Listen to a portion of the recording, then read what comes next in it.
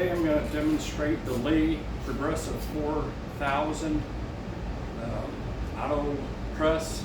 Just kind of been dialing it in and figuring it out, and this is specifically going to show you how fast I can go through sizing and deep priming versus the old way of one at a time in an old single station press. Size, deep prime. Every pull of the lever, the new shell is entered. Takes a little bit of time to get the setup exactly right. I've messed with it this weekend, probably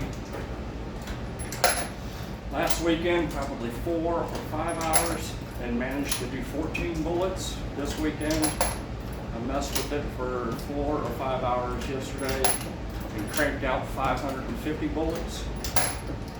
The claim is that with one of these things you should be able to crank out about 300 an hour. However, I have not quite found that to be the case.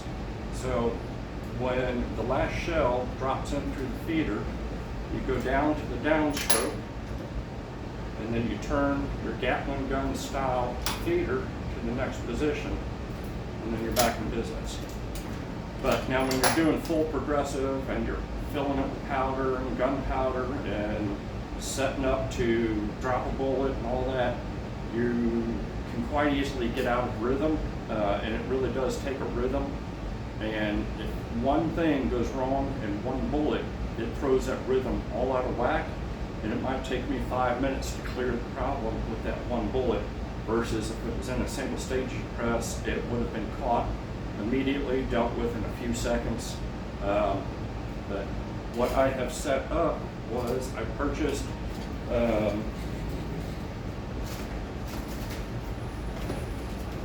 some strip sewing machine lights on Amazon. It comes 3 to a pack.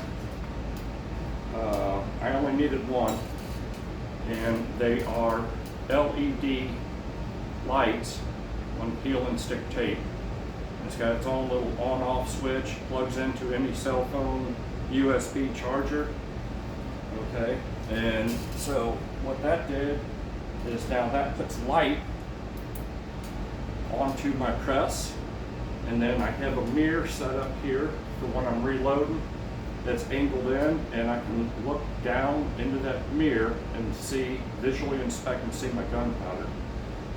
I would recommend, if you're setting up any kind of a progressive, that you set it up to where you can verify your gunpowder charge some way or another. Anyway, let's go with another 12 real quick. That's what fits in each one of these tubes of Gatling style bullet shell case feeder.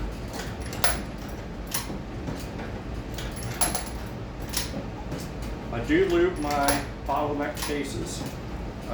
It's a homemade lube recipe that I have in a spray bottle. It is 1 part lanolin oil, and the other 10 parts is heat that you buy at the automotive store or automotive section at Walmart. And that's because that's 99.9% pure alcohol. I cheaped out this time, went to Walmart and didn't feel like walking back to the automotive section, and so I stopped at the pharmacy and got the 91%, and my liquid lanolin, the lanolin oil does settle out after about 24 hours somewhat, so I just have to make sure that I shake it. But I put all these cases into a wire basket like this that I made, and then set them in a cardboard box, give them a quick soak.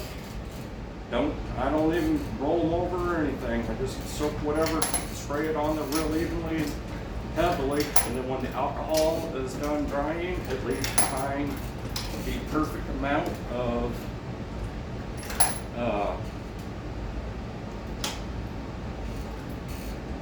liquid lanolin, and that is my case lube.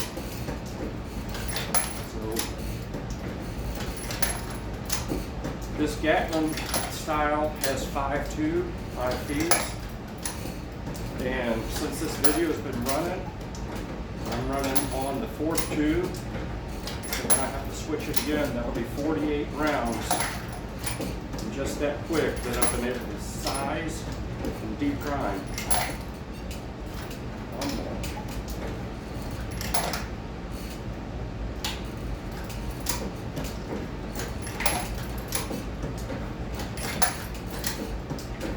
Now, this press does have a really long throat. As far as, see that right there is the kind of malfunction I'm talking about. Every once in a while,